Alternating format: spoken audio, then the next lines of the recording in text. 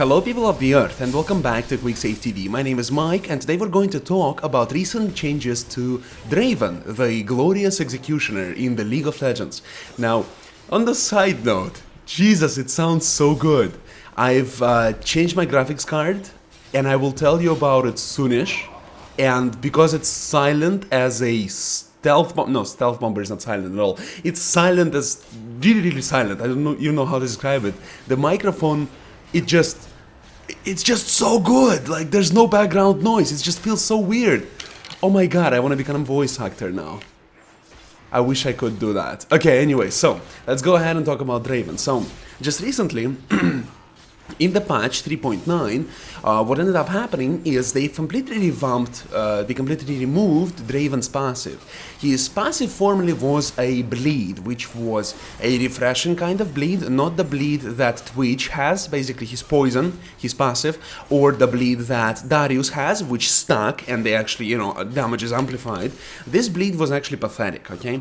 So today, you know, many people have been concerned, have been really concerned about the Draven's removal of the passive. They say, oh, he's going to be really weak in trades now, etc, etc, etc.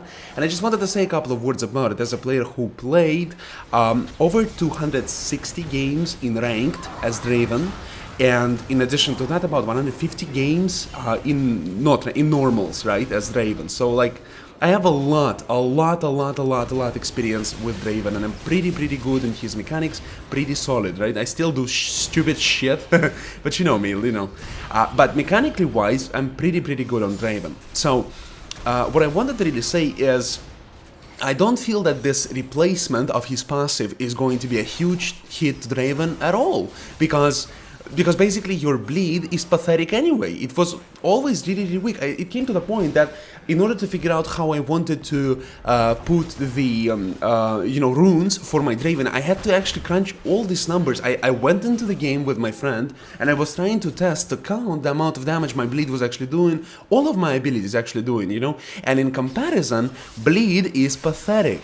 Because of the following, right? Your bleed on Draven is applied and it ticks, you know, it's a dot, it's a damage over time effect which lasts for 4 seconds. Now, if you throw another spinning axe or crit the enemy once again during the duration, what's going to happen is you're going to refresh the duration. You're not going to amplify the strength of the bleed, which happens with Darius, which is completely retarded. What ends up happening with Darius is he hits you, there's 5 stacks of bleed, and you bleed it the fuck out and you fucking die because the damage is too much, and on top of that it's magical, which means you have a further diversification of the damage, because against Draven you don't need to diversify anything. The only damage you're going to receive from Draven is physical, okay? And with Twitch it's the same thing, you know. With Twitch, not only his poisons stack, also he has abilities which directly operate from his poison. He has a casket, excuse me, which applies 2 additional stacks of poison, if I'm not mistaken, and he has Expunge, which hurts like a bitch when you have poison stacks on you. And poison stacks on their own, they deal true damage, which is already stronger than Draven, and it's irrelevant to how Twitch is going to spec himself. His passive is strong regardless of what he's going to do with it. Whereas with Draven, he is objectively his bleed is really strong at level 1, level 2, at this kind of levels when, you know, you don't really have such sources of damage, and you're like, oh, there's a bonus bleed for you.